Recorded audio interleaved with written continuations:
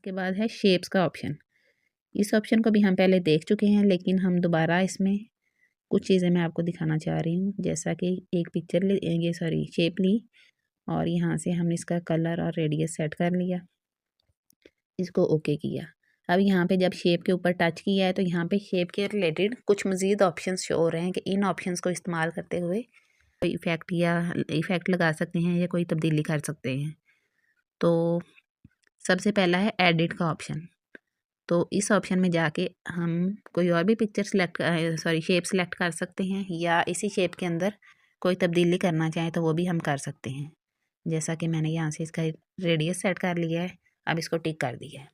अब यहाँ पे ऑप्शन है क्रॉप वाले ऑप्शन में जाके तक कुछ हिस्सा हम क्रॉप भी कर सकते हैं, जैसा कि ये मैंने कर दिया है। तो इस तरह इसके बाद ये बाकी ऑप्शंस देखने की ज़रूरत नहीं है, ये सारे सेम वही ऑप्शंस हैं। इसके बाद एक और ऑप्शन है टेक्सचर, कि मैं इस शेप के अंदर किसी पिक्चर का टेक्सचर शो करवाना चाह रही हूँ। तो टेक्सचर वाले ऑप्शन में जाऊँगी, यहाँ पे गैलरी वाले ऑप्शन में, और यहाँ से पिक्चर सेलेक्ट कर लेंगे जिस पिक्चर का टेक्सचर शो करवाना चाह रहे हैं। तो ये मैंने किया, ओके किया। तो ये देखें, ये शेप के अंदर उस पिक्चर का टेक्सचर शो हो रहा है। तो फ़िलहाल इसको मैं डिलीट कर रही हूँ, अनडू कर रही हूँ, सॉरी। तो इसके बाद यहाँ पे मज़ीद एक ऑप्शन है कलर फिल्टर्स, कि इससे हम शेप के कलर्स को भी चेंज कर सकते हैं। यहाँ से ये सेम वही ऑप्शन है। इसके बाद यहाँ पे ऑप्शन है इरेज़र। इस ऑप्शन को देखते हैं। इस ऑप्शन में जाएं तो यहाँ पे अगर हम शेप का कुछ हिस्सा इरेज़ करना चाहते हैं तो सबसे पहला यहाँ पे जो दो लाइंस शो हो रही हैं, जो पहली लाइन है ये इरेज़र का साइज़ जो है कम ज़्यादा करने के लिए है। ये देखिए, जैसे मैंने ये इरेज़र का साइज़ इतना कर दिया है, तो इस तरह अब यहाँ पे मैं इरेज़ करूँगी तो इतना इरेज़ हो जाएगा।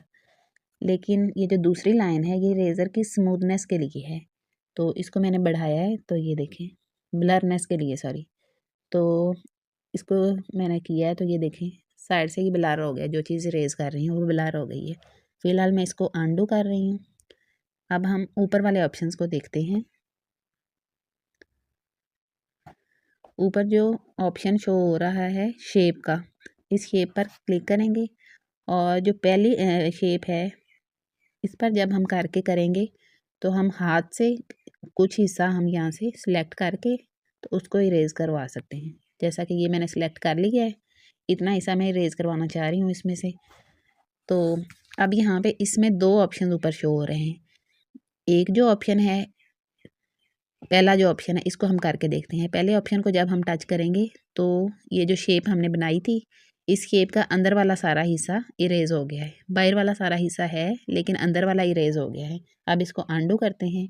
अब मैं एक और शेप यहाँ पे लेती हूँ, ड्रॉ कर लेती हूँ। ये मैंने ड्रॉ की। अब मैं चाह रही हूँ कि इस शेप के बाहर वाला सारा हिस्सा इरेज़ हो जाए, अंदर वाला हिस्सा रह जाए। तो मैं ये वाला जो नेक्स्ट ऑप्शन है इसको सिलेक्ट करूँगी। तो ये देखिए, अंदर वाला हिस्सा है लेकिन बाहर वाला सारा हिस्सा इरेज़ हो चुका है। तो फ़िलहाल इसको अनडू करते हैं। इसके बाद यहाँ पे एक और शेप दी हुई है कि इस शेप को हम यहाँ से सेट करेंगे, और इसमें भी सेम वही ऑप्शंस हैं कि शेप का अंदर वाला हिस्सा हम रेज़ करवाना चाह रहे हैं या बाहर वाला। तो ऊपर इन दोनों में से कोई भी ऑप्शन सेलेक्ट करेंगे, जैसा कि ये ऑप्शन मैंने किया, तो शेप का बाहर वाला हिस्सा यहाँ पे हो गया है रेज़। इसके बाद इसको अनडू करते हैं। अब यहाँ पे सर्कल शेप है, इसको लेते हैं। अब यहाँ से इसका साइज़ में सेट करके तो अब मैं इस ऑप्शन पर करती हूँ। तो ये देखें, इसका इतना अंदर वाला हिस्सा इरेज़ हो गया है। तो ये था इरेज़र का ऑप्शन।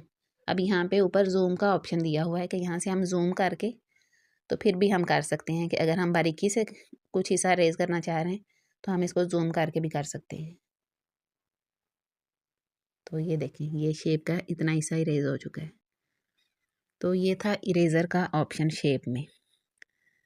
अब इसको मैं डिलीट करती हूँ। यहाँ पे बेजियर का ऑप्शन है, इस ऑप्शन पर जाएंगे तो यहाँ से एक कर्व शेप उन्होंने खुद से ही जनरेट कर दी है, और यहाँ पे मज़ीद कुछ ऑप्शन शो हो रहे हैं।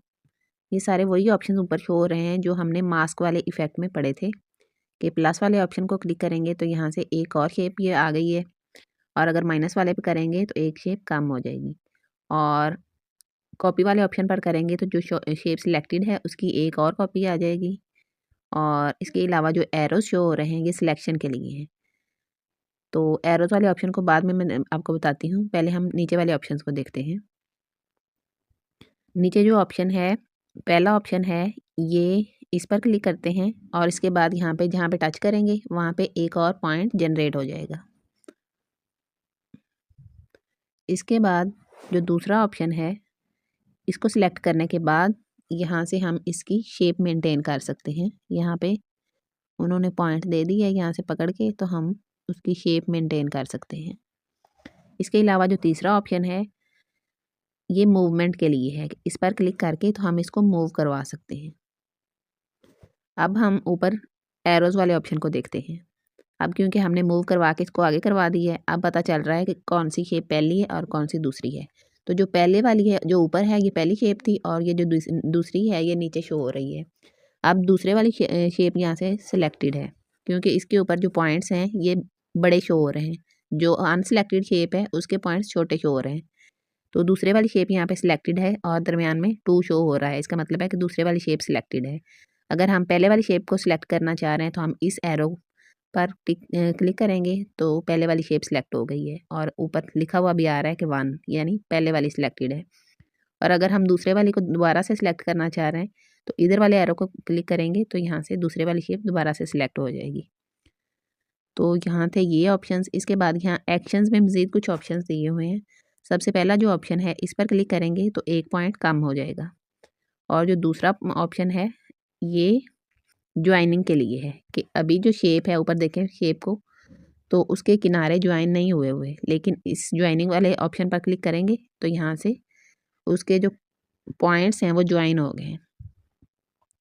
अब ज्वाइन के वाले ऑप्शन पर हमने क्लिक किया तो उसके पॉइंट्स जब ज्वाइन हो गए हैं तो उसके बाद नीचे सेपरेशन का ऑप्शन आ रहा है। पहले ज्वाइनिंग का ऑप्शन आ रहा था, अब क्योंकि ज्वाइन पहले से हो चुके हैं तो यहाँ पे सेपरेशन का ऑप्शन आ रहा है।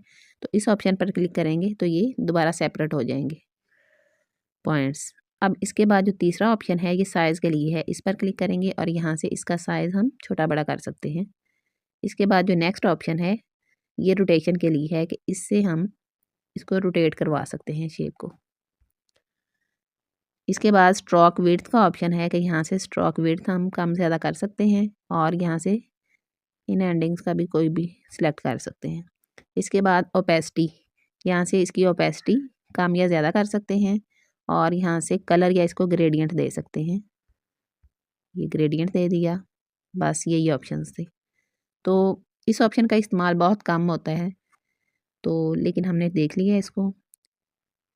इसके बाद है एरो, कि अगर हमें डिज़ाइनिंग के दौरान कहीं पे एरो लगाने की ज़रूरत पड़ती है तो हम एरो वाले ऑप्शन पर जाएंगे और यहाँ से एरो का साइज़ सेलेक्ट करेंगे, साइज़ सेट कर लेंगे। इसके बाद एरो बिगनिंग जो है उसका हमने यहाँ से देखना है कि कौन सी किस तरह का हम डिज़ाइन उस पर लेना चाह रहे हैं एरो बिगनिंग के लिए। तो यहाँ से कोई भी डिज़ाइन ले लेंगे, जैसा कि ये वाला ले लिया है।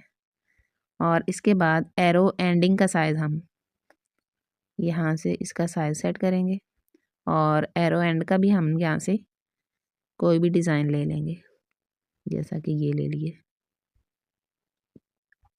इसके बाद यहाँ से इसकी ओपेसिटी सेट करेंगे और इसका फिल कलर, यहाँ से इसको कोई कलर या ग्रेडियंट दे सकते हैं।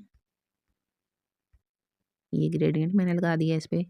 और यहाँ पे स्ट्रोक विड्थ इसकी कम ज़्यादा कर सकते हैं और स्ट्रोक की ओपेसिटी कम ज़्यादा कर सकते हैं और स्ट्रोक को भी कलर या ग्रेडियंट दे सकते हैं। तो बस ये था एरो वाला ऑप्शन।